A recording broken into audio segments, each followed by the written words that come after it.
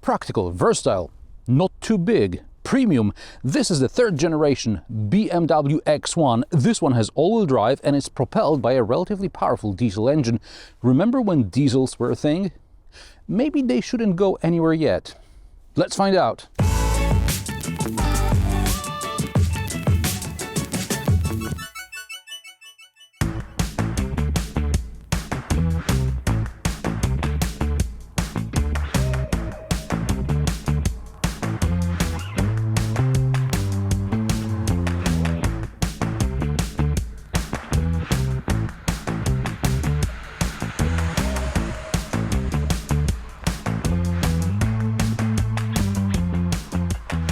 Launched in 2009, the BMW X1 was the first model in the X family that could be ordered without all-wheel drive. At the time, it meant rear-wheel drive because the E84 X1 was being built on the E93 series platform. But the designers assumed there would be buyers who really didn't need all-wheel drive in their crossovers because they were only looking for a more comfortable getting in and out and for higher position behind the wheel.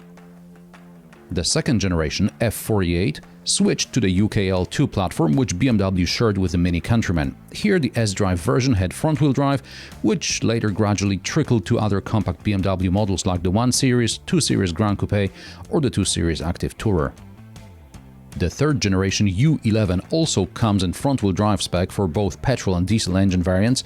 For example, a 3-cylinder 170 horsepower petrol engine propelled the BMW 2 Series Active Tourer, which I reviewed last year.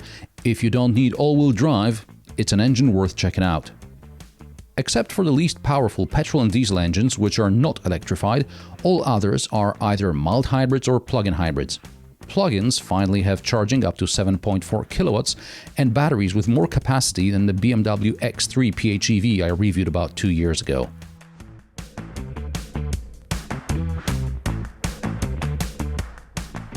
But today I decided to remind myself what we liked about diesels before it became clear that the future belongs to electric cars, or electrified at least. And, by the way, BMW's subcompact crossover can also be ordered as an EV, and then it's called the iX1.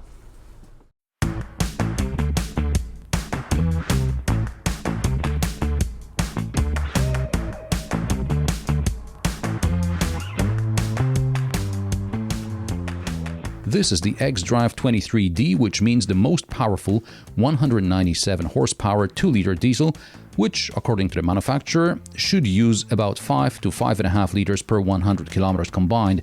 This result is easily achievable.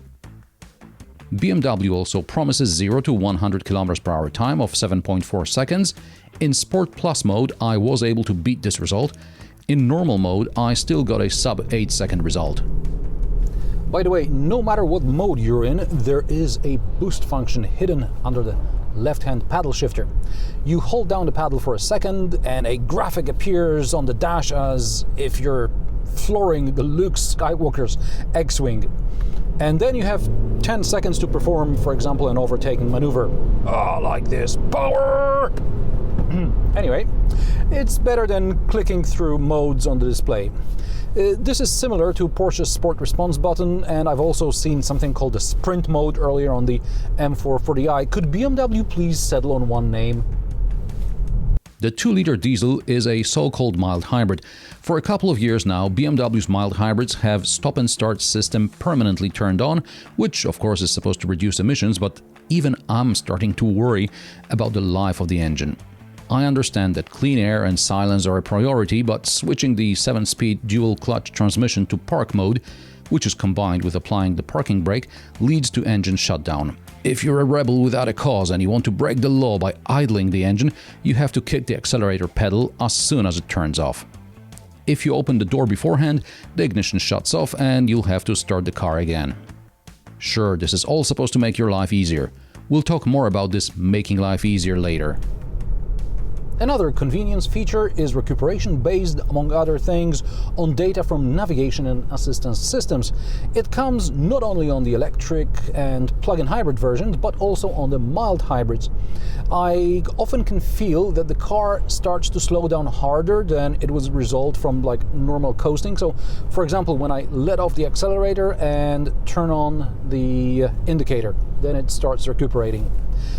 This is the version with electro-hydraulic clutch-based all-wheel drive. Under normal circumstances, the engine powers only the front wheels and power is sent to the rear wheels as needed. The stability control module was moved to the engine management system to speed up the reaction of the former. The X1 always had decent ground clearance for an urban crossover. In the third generation, it is more than 20 centimeters. Unless you choose the M suspension, in which case the ground clearance drops to 19 centimeters. But it's still one of the best results on the market. And since there's both ground clearance and all-wheel drive, I took the X1 on my diagonal approach test. I drive up this incline at an angle to have two wheels diagonally loose or have limited traction. On damp grass, the X1 did better here than the SsangYong Rexton.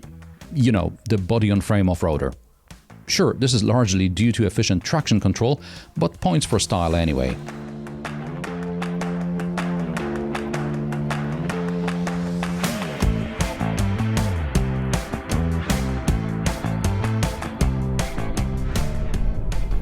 BMW claims the suspension is all new and stiffer, giving the car a sportier ride.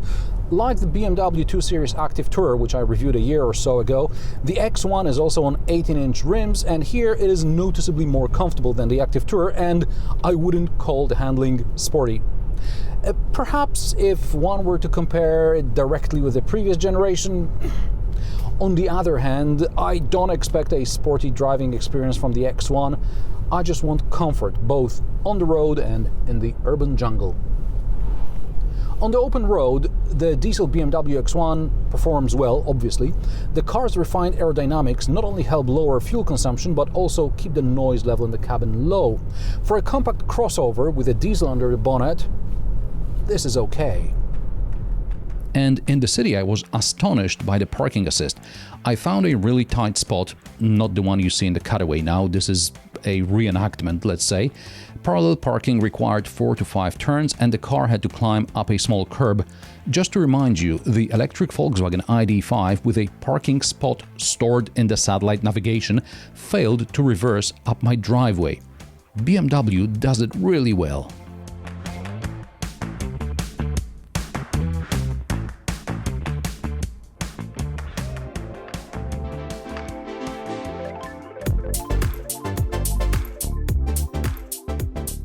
It's worth mentioning that the X1 is almost 12 centimeters longer than the 2 Series Active Tourer.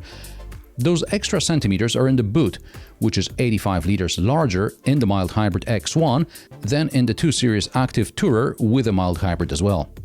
The mild hybrid requires an additional 48-volt battery to be stowed somewhere, and this one takes up part of the storage compartment under the floor.